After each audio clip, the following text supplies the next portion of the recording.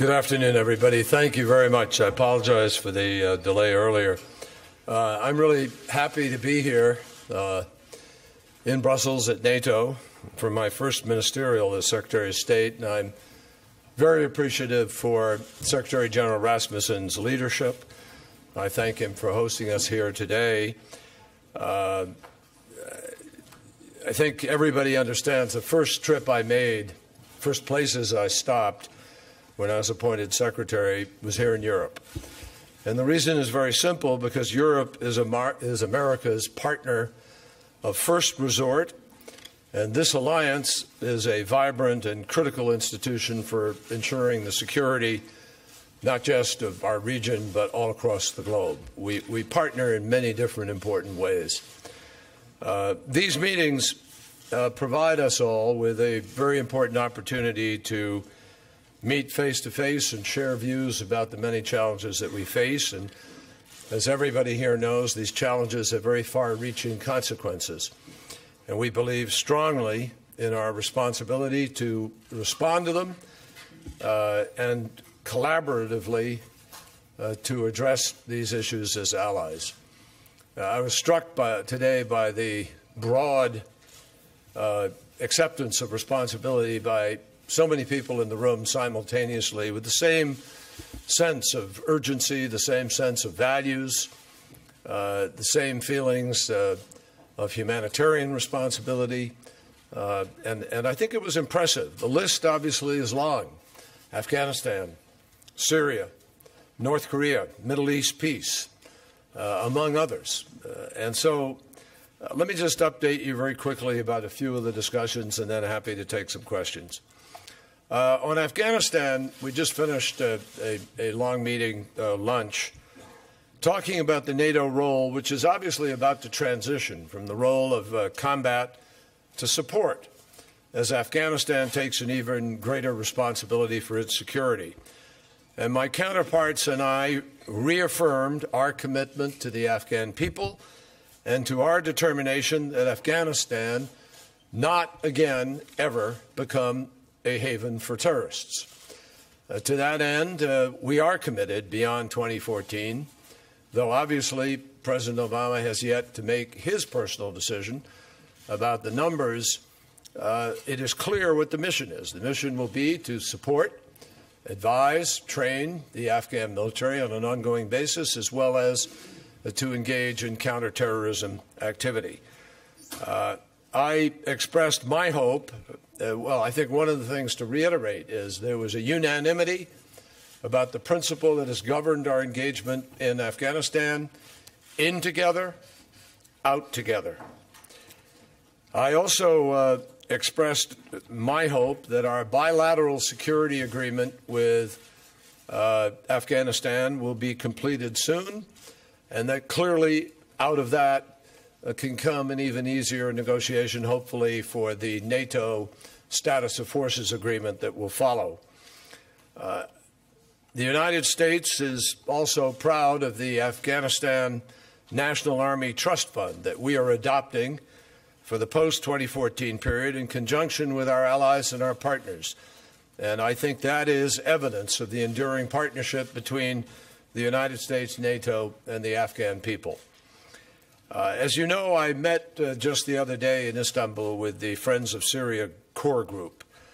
And we continued the discussion about Syria here today because there's a lot of concern.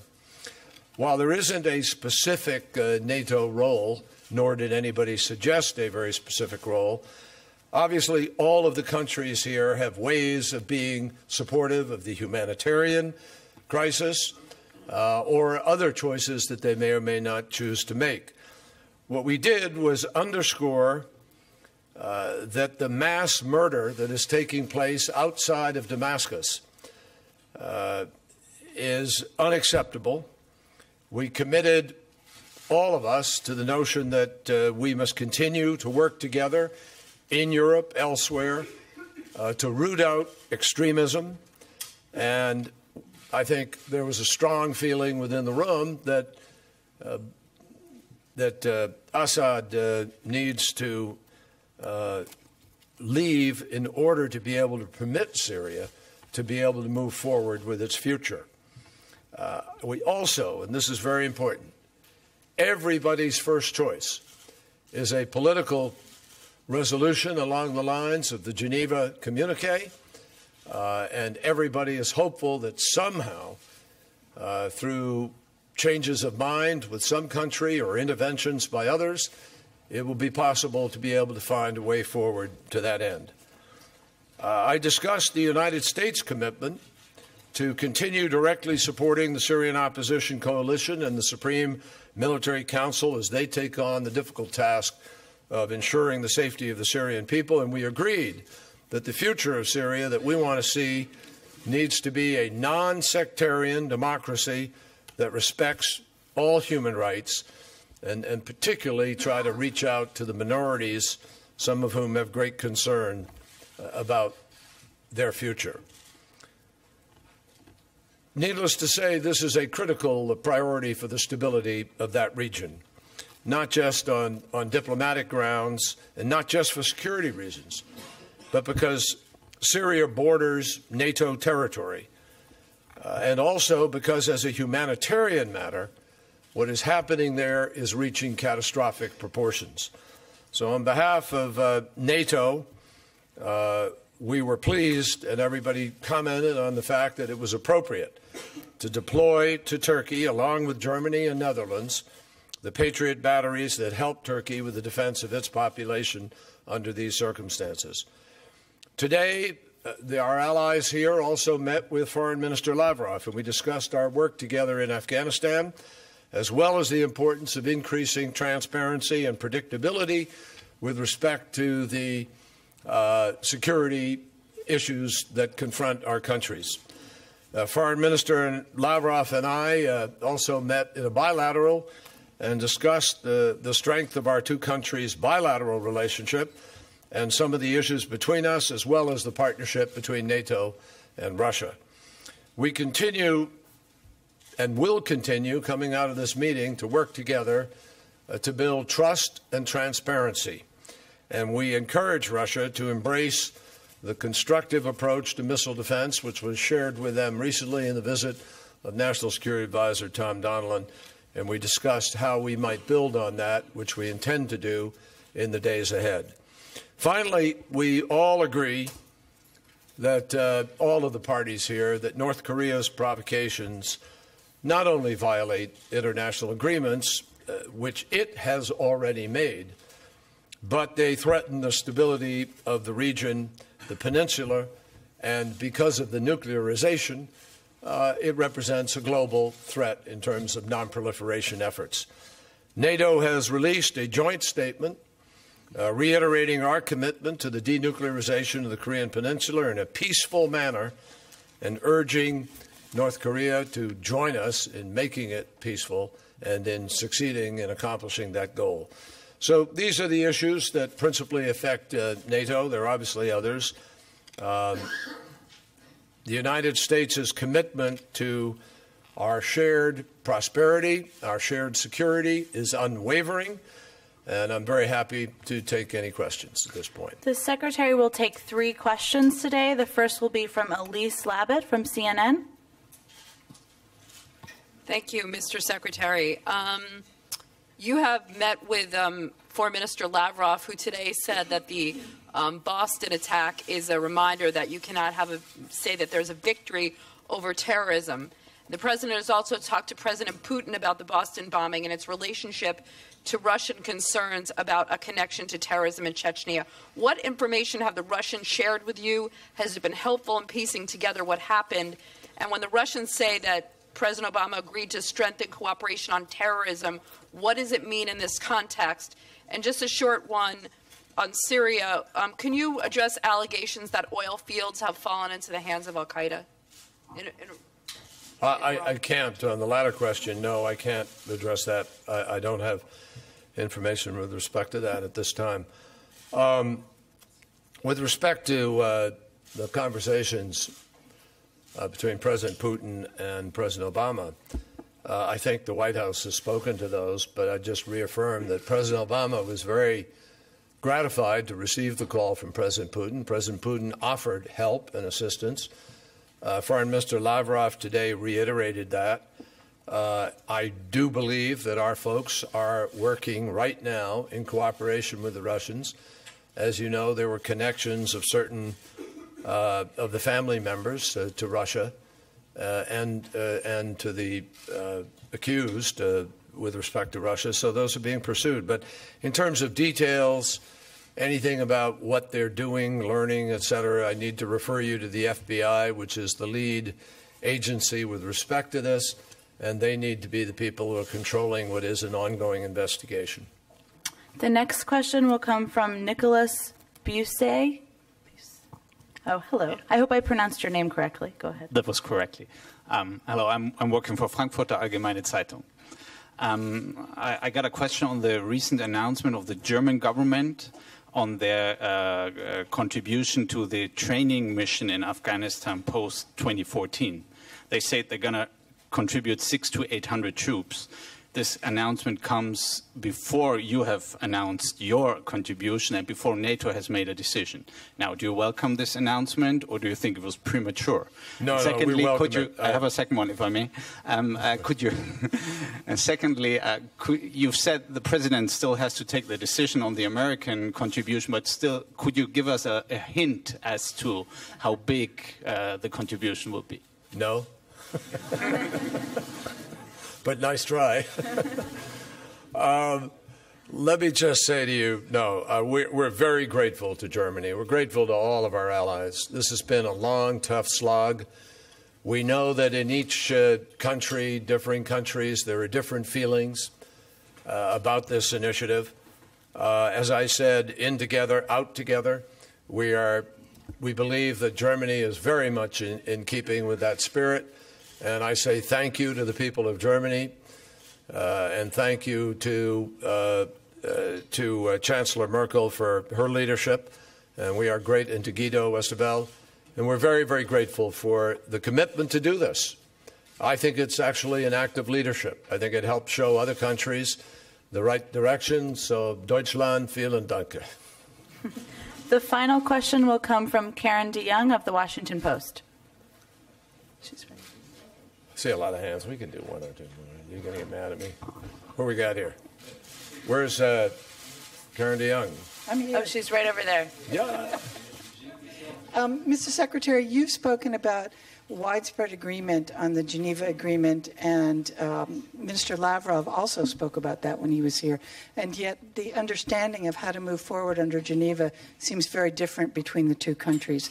You said you hope to make progress during your meetings here with Lavrov. Did you make any progress toward coming together on a joint understanding? And also on Syria, senior Israeli officials today said their own scientists have determined that the Assad regime has used chemical weapons a week after Britain and France confirmed similar beliefs in a letter to the United Nations. How much longer does the Obama administration need to reach its own conclusions about a situation that the president has said would change his calculations on Syria and constitute a red line? Also, could you clarify the remarks you made to NATO foreign ministers this morning when you asked for additional planning beyond what NATO has already done on a possible Syrian threat, including chemical weapons? What more do you want them to do?